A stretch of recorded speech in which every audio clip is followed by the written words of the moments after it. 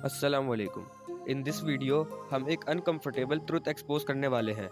एक ऐसी रियलिटी जिसे पाकिस्तान में लोग इग्नोर भी करते हैं और समझना भी नहीं चाहते। सवाल सिंपल है, पाकिस्तान में लोग ट्रेडिंग के पीछे इतना दीवानगी से क्यों भागते हैं, जबकि ये उनका पैसा भी खा जाती है और मेंटल हेल्थ भी। और सबसे अजीब बात, लॉन्ग टर्म इन्वेस्टिंग जिसे दुनिया रिच बनने का रास्ता समझती है, पाकिस्तानी उसको टाइम वेस्ट कहते हैं। आज के 9 मिनट्स आपका पूरा नज़रिया बदल देंगे।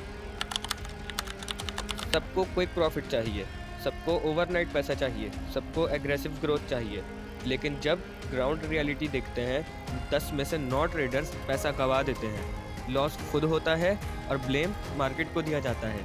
लेकिन आखिर ट्रेडिंग का नशा पाकिस्तानीज़ को इतना क्यों लगता है? आइए डीप डाइव करते हैं। हमारा एजुकेशन सिस्टम फाइनेंशियल इलिटरेसी की फैक्ट्री है। मैथमेटिक्स सिखाई जाती हैं, लेकिन मनी की मैथ्स नहीं। हम 16 साल स्कूल कॉलेज में गुजारते हैं, लेकिन किसी ने कभी नहीं सिखाया स्टॉक्स का बिजनेस मॉडल क्या होता है, लॉन्ग टर्म वेल्थ कैसे बनती है, कंपाउंडिंग क्या होती है, ट्रेडिंग और इन्वेस्टिंग में फ़र्क क्या है। रिजल्ट, लोग ट्रेडिंग को अर्निंग स्किल समझ लेते हैं और इन्वेस्टिंग को ओल्ड पीपल का काम। जब बेसिक्स ही ज़ीरो हो तो बंदा नेचुरली रिस्की चीज़ों की तरफ अट्रैक्ट होता है। ट्रेडिंग सिर्फ फाइनेंशियल एक्टिविटी नहीं, साइकोलॉजी का गेम है। जब बंदा चार्ट खोलता है और कैंडल्स ऊपर नीचे हिलती हैं, तो उसके दिमाग में एक डोपामिन हिट मिलती है। ये वही केमिकल है जो गेम्स, गैम्बलिंग्स और टिकटॉक स्वाइप से आता है। इस डोपामिन का इफेक्ट होता है, बंदा रिस्क को अंडर एस्टिमेट करता है, ओवर कॉन्फिडेंस डेवलप होती है, लॉसेस को रिकवर करने का जुनून होता है और बंदा एक ट्रेड से 100 ट्रेड्स पर आ जाता है और उसको पता भी नहीं चलता। ट्रेडिंग का चार्ट बेसिकली एक कसिनो मशीन जैसा बन जाता है, लेकिन यहाँ चिप्स पैसा नहीं, आपका फ्यूचर होता है। यूट्यूबर्स को एक बात पता है, पाकिस्तान का बंदा स्ट्रगल से घबराता है और शॉर्टकट्स से प्यार करता है, इसलिए उनकी वीडियोस होती हैं RSI + MACD = daily profit, one strategy = monthly salary, trading app से घर बैठे इनकम।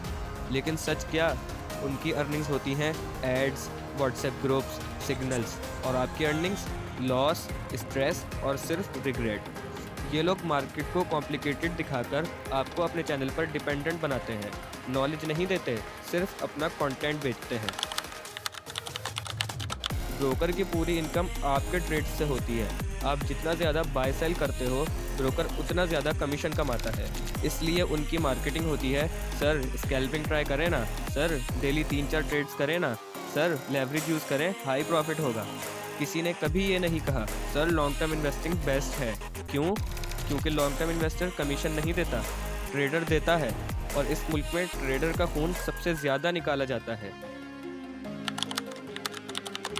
पाकिस्तान में बोला जाता है जॉब स्लो है, बिजनेस रिस्की है, इन्वेस्टमेंट बोरिंग है, तो बंदा ट्रेडिंग को चूज़ करता है। Screen glowing, prices moving, hope building, ये सब मिलके एक इल्यूजन बनाते हैं कि बस थोड़ा सा और बस ज़िंदगी सेट हो जाएगी।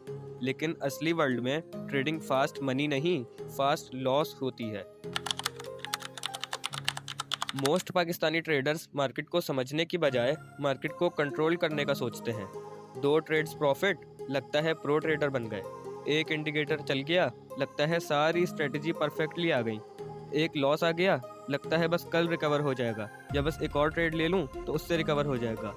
इस इल्यूजन का रिजल्ट होता है over trading, revenge trading, emotional trading और फिर account zero. Long term investing boring लगती है क्योंकि इसमें एक्शन नहीं होता, कोई चार्ट्स नहीं हिलता, कोई कैंडल एक्सप्लोड नहीं होती। लेकिन रियलिटी ये है कि वेल्थ स्लो बनती है लेकिन परमानेंट होती है। ट्रेडिंग फास्ट होती है लेकिन टेम्पररी होती है। अंदर की बात यह है, पाकिस्तान में लोग डिसिप्लिन से डरते हैं, पेशेंस नहीं, कमिटमेंट नहीं, रिस्क मैनेजमेंट नहीं। अब बात करते हैं कि इतना रिस्की होने के बावजूद लोग ट्रेडिंग के पीछे क्यों भागते ही रहते हैं। सिंपल आंसर, ट्रेडिंग होप बेचती है। People buy hope faster than they buy knowledge.